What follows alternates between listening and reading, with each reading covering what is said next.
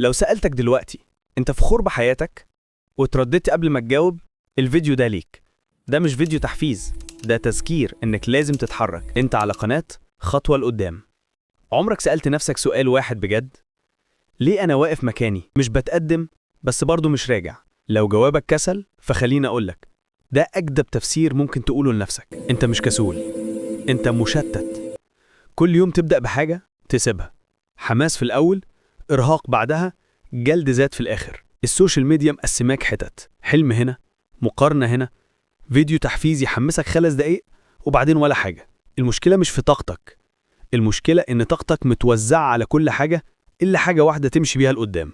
خليني أقولك الحقيقة تقيلة، مفيش حد ناجح كان حاسس إنه جاهز. الجاهزية وهم والحافز مزاج، بس القرار قرار إنك تمسك حاجة واحدة وتكمل فيها حتى وإنت زهقان. اعمل حاجة واحدة بعد الفيديو ده، اختار هدف واحد بس، اكتب أصغر خطوة ممكنة ليه واعملها النهاردة مش بكرة.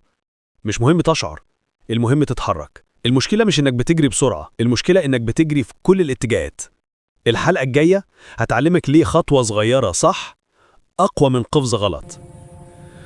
لو الفيديو ده حرك جواك حاجة ما تنساش تعمل لايك وتشترك. وما تنساش، حياتك بتبدأ بخطوة، خطوة لقدام.